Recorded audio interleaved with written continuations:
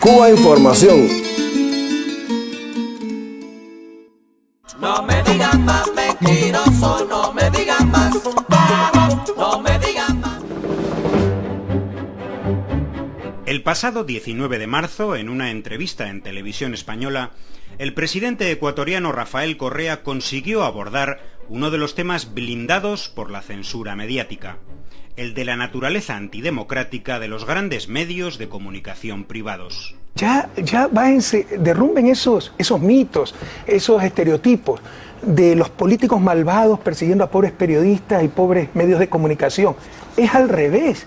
Esa es la gente, esos medios de comunicación son los que han respaldado la dictadura, los que han callado con las represiones, con los atracos bancarios, etcétera, y son los que persiguen a los gobiernos que realmente queremos cambiar las cosas. Desmitifiquen eso, por favor, no nos engañemos, entendamos lo que vive América Latina. De los 7 canales nacionales de televisión, 5 pertenecían a la banca.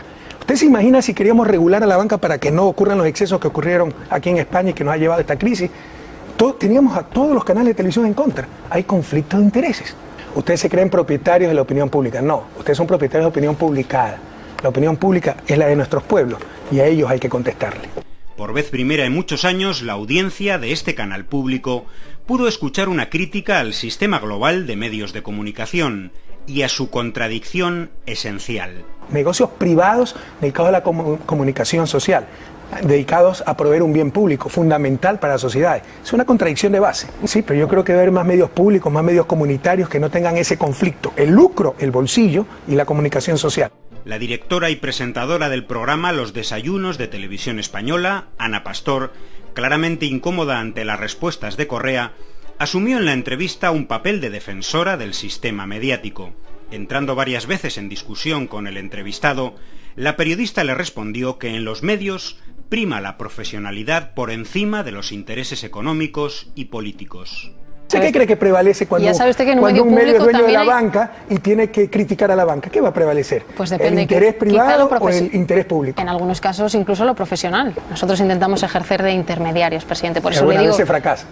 Sí, pero siempre, ya le digo, intentamos hacerlo desde lo profesional. También en defensa del establishment mediático, Ana Pastor y la presentadora de la tertulia posterior argumentaron la existencia de medios de referencia internacional, supuestamente serios y prestigiosos, una especie de jueces imparciales como el diario New York Times, a pesar, recordemos, de su defensa de los intereses hegemónicos de Estados Unidos en el mundo y de haber jaleado invasiones militares como las de Irak, Afganistán o Libia.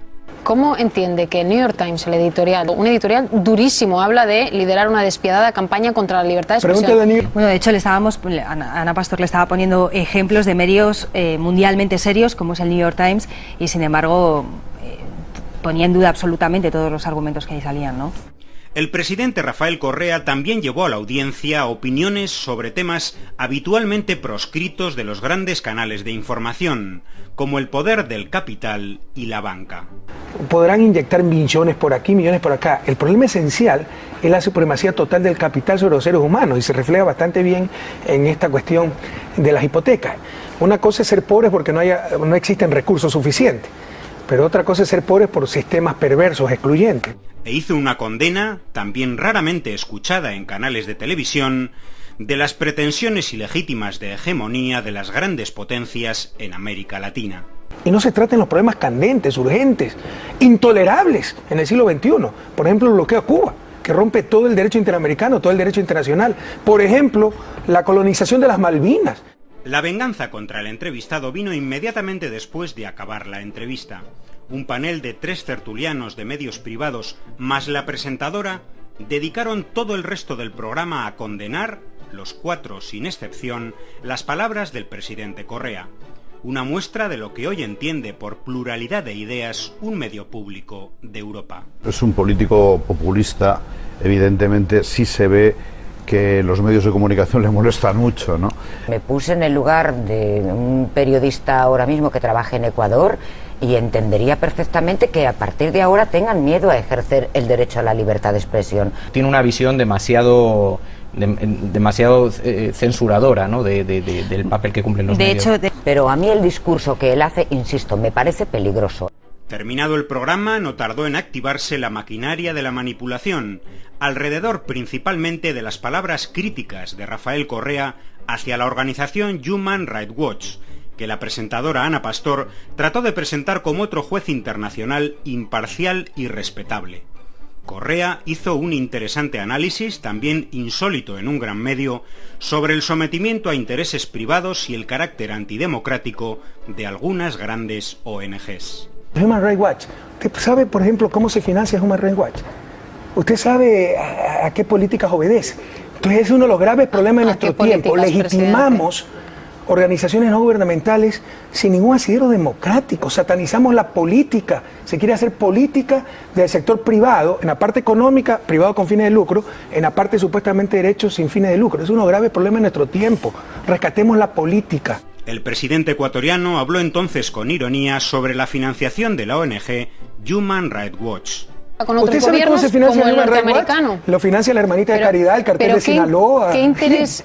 Pero este tono irónico de su respuesta, al parecer, no fue entendido por Ana Pastor, quien posteriormente en su cuenta de Twitter publicaba que Correa había afirmado que a Human Rights Watch lo financia el cártel de Sinaloa. Recordemos, un grupo mexicano vinculado al tráfico de droga. Durante la propia emisión de la entrevista, que era grabada, el programa colocó incluso un título en pantalla con esa misma frase entrecomillada. Días después, el canal público latinoamericano Telesur explicaba perfectamente lo ocurrido. La periodista que escribió Ana Pastor en su cuenta en Twitter que el jefe de Estado dijo a Human Rights Watch lo financiaba el cártel de Sinaloa. Pero lo que realmente hizo el presidente de Ecuador fue preguntarse. Le dijo, ¿usted sabe cómo se financia Human Rights Watch? Lo financian las Hermanitas de la Caridad. ¿El cartel de Sinaloa? ¿Quién? Pero la propia organización aludida, Human Rights Watch, engordó la bola de la manipulación. Su director para las Américas, José Miguel Vivanco, declaraba a los medios que las palabras de Correa eran un disparate irracional y una muestra de su intolerancia a la crítica.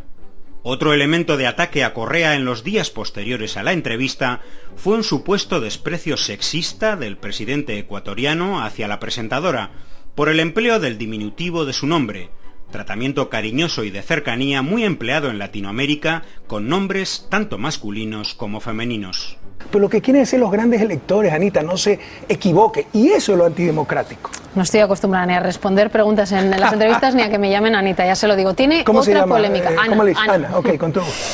Recordemos que la periodista Ana Pastor alcanzó una notable notoriedad tras su entrevista en marzo de 2011 al presidente de Irán, Mahmoud Ahmadinejad.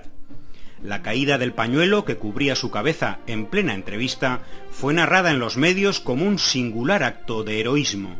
Ana Pastor concedió entonces numerosas entrevistas en las que demostró lo permeado que está su concepto del periodismo de una rancia prepotencia neocolonial. Bueno, yo creo que en eso consiste el entrenamiento de una entrevista, ¿no? Primero documentarte bien. Yo, en el tema, sobre todo que me preocupaba de los derechos humanos, que es algo que aquí en Europa nos preocupa, me había leído el informe del Parlamento Europeo sobre las ejecuciones y he de reconocer que cuando pisas suelo del mundo libre para una mujer, se agradece. La entrevista al presidente Correa consiguió de manera absolutamente excepcional que la audiencia de televisión española pudiera escuchar opiniones que son sistemáticamente censuradas en los grandes medios de comunicación, que jamás admiten análisis y críticas que apunten a su falta de legitimidad social y a su carácter antidemocrático, y que condena a que éstas no traspasen el limitado espacio de los medios alternativos. Y lo más triste, SECOM mandó la aclaración y Televisión Española, de la cual teníamos el más alto concepto, no ha rectificado. Que más que rabia, da tristeza esto. Pero bueno, creo que cualquier comentario está de más frente a la contundencia de las imágenes.